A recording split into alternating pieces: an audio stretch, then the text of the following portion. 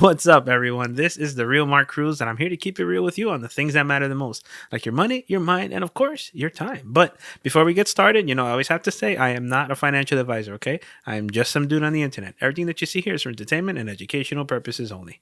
All right, so with all that out of the way, today I actually wanted to talk about something a little different on this channel.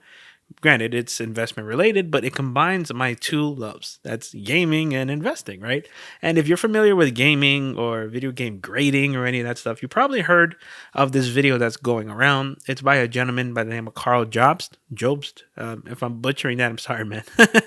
But this video that's going around that essentially is like an expose into the world of video game grading and some of the shady things that could potentially be going on. So before I get into the whole thing, let me give you a bit of a backstory as to what any of this stuff is and why I'm even discussing it on this channel. Because one of the things, as you guys know, that I discuss on this channel is investing. I also discuss entrepreneurship and, mindset and all these things. But believe it or not, there is a whole world, if you guys aren't familiar with video game trading and selling and investing and grading, and people are making a killing on it. Me, myself, I was a gamer my whole life, as far back as I can recall. Now I am a gamer and a video game collector. As you can see, I always do this wrong. There's a whole slew of games behind me, sort of over there. This is my game room, like I've mentioned a couple times. And, you'll see more of this on the gaming channel that I'm about to launch soon. I'll do a whole room tour and you'll see how serious this is and how big of a part of my life this is. But yeah, I just wanted to give you guys a little backstory and show you guys what's been going on in this arena. Okay, so let's pull this up, right? Okay, so the gentleman that I was referring to, Karl Jobst, this is his YouTube channel, and for everything that I'm going to speak about here, of course, I'm going to put all the links in the description below. But he actually came out with a video 4 days ago from this recording, right? It was called, the icon, the thumbnail, excuse me, looks like this, right? And it was called "Exposing Fraud and Deception in the Retro Video Game Market," right? And this was a great video. It was I think around 30 or 40 minutes long or whatever, like it was. Let me see here. It was about 52 minutes long. Excuse me. And this is a really in-depth video, and this guy goes in. He proves a lot of facts and all these things that you guys should really watch if you're even remotely interested in finding other ways to invest, right? Because this is a booming market. After this news, who knows where this is gonna go? But let me start from the beginning, all right? So if you guys aren't familiar, right, there's a company named Wata Games, right? And they essentially grade video games, whether you have brand new games, you have sealed games, you have open box games, complete in box games, prototypes, any of those things, right?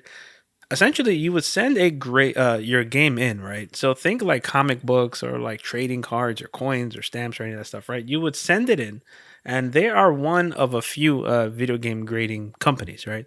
Another big one is VGA, and there's some other ones coming out now. But yeah, so essentially, when you submit a game, it essentially goes a little something like this. You send it in, they grade it, and they give you this fancy schmancy case. And at the end of it, the game would look something like this. They'll give it a grade, and they'll grade not only the condition of the seal, but the box and all that stuff, right? So that's kind of what they do, right? And a lot of these games, a lot of the higher end ones, have been selling on a website called Heritage Auctions, right? It's an auction house that essentially, trades a ton of things, but recently they started, selling, no, excuse me, trading games on this, right? And on the surface of what that is, it doesn't look like a big deal, right? It's like, oh, cool, okay, there's a grader, and there's a place where you can buy them, and trade them, whatever, fine. However, with Karl's video, he went in terms of how there could potentially or allegedly be a lot of connections behind the scenes, like how one of the owners of this brand essentially was secretly, invested or involved in Wata Games, and apparently some of the biggest selling games that have recently taken place within the last few months have all been with people connected to both companies or one of the two or whatever. It's a long thing, and again, I don't want to spoil the whole video. You guys should definitely watch it. But the uptick in terms of the attention really started, I want to say, for the mainstream. I mean, granted, games have been selling for a while, but I mean, recently, in terms of this big boom, really started within the past few months, right? One of the bigger ones was the original Legend of Zelda for Nintendo. You guys may have seen it. It was a great game. And at that time, this was back on July 9th, was when this thing was posted. That cartridge sold for $870,000. Now, listen, don't go running out and thinking, hey, listen, maybe you do have one of these sealed sitting in like your house, but this was a very specific first print, I believe. And, in terms of the rating and the grading and all that stuff, it was a 9.0 with a seal rating of A. But yeah, so this was, apparently a pretty rare version of the game. You guys have probably seen it. Fantastic game. It was a iconic gold card. It was, amazing, right? So that's what started this past summer, right? Then moving on, guess what? There was a sealed copy of Super Mario 64 that sold for 1.56 million, and it was literally like a couple days later, right? It literally sold almost double the price of the Zelda game. And people were like, oh, wow, look at that. It has a great score. And I think this is probably the highest rated one out there. It was a 9.8 A++, as you can see here. It was like pristine, right? But it was a pretty common game, You guys have probably all played it, or you knew somebody that had it, or you had it when you were a kid, or whatever the case was, right? So people were like, wow, all these games are selling for tremendous amounts of money. I'm going to be rich. As with any new and upcoming market, people get really excited. So fast forward to a couple of weeks ago, there was an unopened copy of Super Mario Bros. That sold for, it was the Nintendo one, the one that literally everybody and your mom and your dog, everybody played this game. It sold for $2 million. It was like, what the hell? And that's, I think, when a lot of people's eyes were like, wait a second. None of these are, inherently hard to find games. I mean, the conditions, yes, they're very hard to find, like this or first prints and, whatever it is, right? But overall, the cartridges themselves are not hard to find. So people were a little like confused or perplexed, like, wait, what is going on here? This seems a little strange, right? So in Karl's video, he goes in and explains that some of these may not be what they seem. Someone may have been connected to this, or somebody may have worked for them, and blah, blah, blah. So you go down the rabbit hole, and it's like, wow, this is insane, right? So once you dived into the video and you understood, sort of what was going on, you really get to see that, man, this is kind of shady, right? This is kind of shady how all of this stuff is taking place. And it's really shady in terms of what's going on in this market particularly. What makes it funny is that whenever there's a new market, right, or a new asset class that people are really jump like they're jumping into and they're really excited about, like, remember the Beanie Baby craze, or for a little while Funko Pops were really hot recently, and then you have stamps and coins and cards and comics and all that stuff, right? Every one of these has some sort of inherent cycle, right? And people were concerned in the beginning that graded video games might be in a bubble of sorts, right? Because the prices were growing really, really fast when the pandemic hit. Me being a collector, I recall clear as day, right? Before the pandemic hit, you could find GameCube games really cheap. You could find, cheaper than you could find them now, right? Wii games, people were practically giving them away, and stuff like that. And even like PlayStation 2, PlayStation 3 games, they were like, people were just trying to get rid of those. And literally, when the pandemic hit, and I guess when people decided to, stay home, and because they really had no choice, people were buying games all over again, and people were really starting to relive their childhood. And nostalgia started to kick in, and overdrive, and all of these things have shot through the roof in terms of prices. I mean, because even for a while you couldn't get a Nintendo Switch because it was just hard to get anything electronic made. That's one of the reasons why even today it's really hard to get a PS5 or a Series X because of chip shortages around the world. And Granted, it's made everything a little more scarce in terms of gaming. So, games that you could have gotten literally about a year ago, a year and a half back, way cheaper than what you could get now, this whole boom, this whole craze started to take over. And now some of these games are worth tremendous amount of money, even like Nintendo Switch games. There's games that had to have, there was games that have come out even before the pandemic, and you look at them now and they're worth, double, triple, quadruple of what they were even at that time. And these are games that you could have gotten in stores literally months ago, right? So, with that being said, that video it literally looks into exposing all of these connections, right? And my concern here is with a market like this, it's a very fragile thing to even put press on that's bad like that, because since it's so new, it's in like an infancy type stage, right?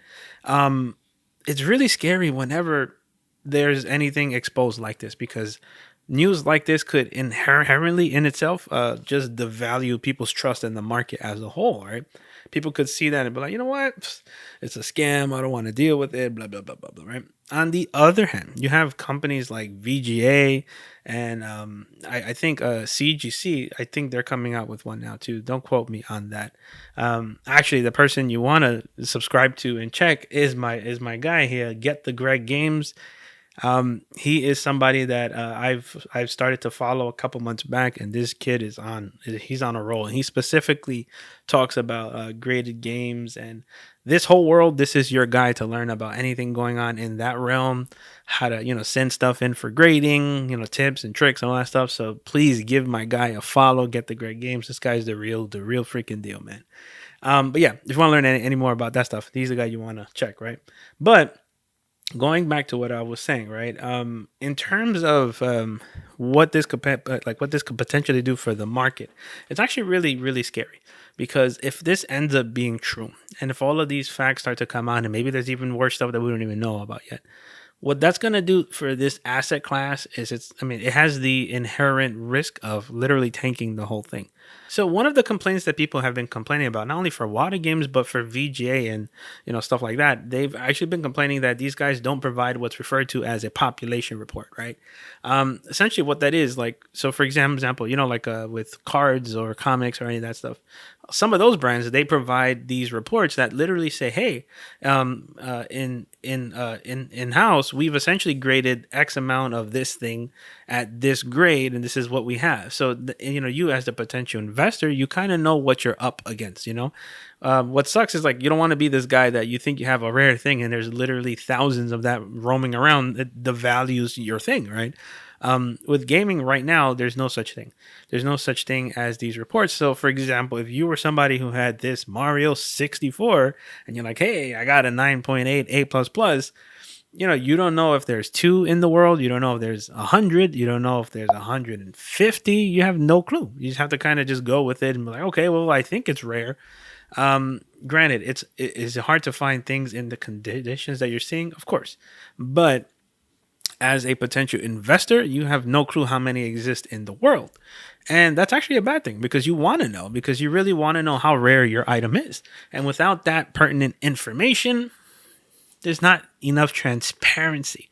And I think that is a huge problem for people that are attempting to get into this, right? So adding that as a fact, right? And adding for the simple fact that all of this news just came out with the Karl Jobst video, right? It really puts, how can I say?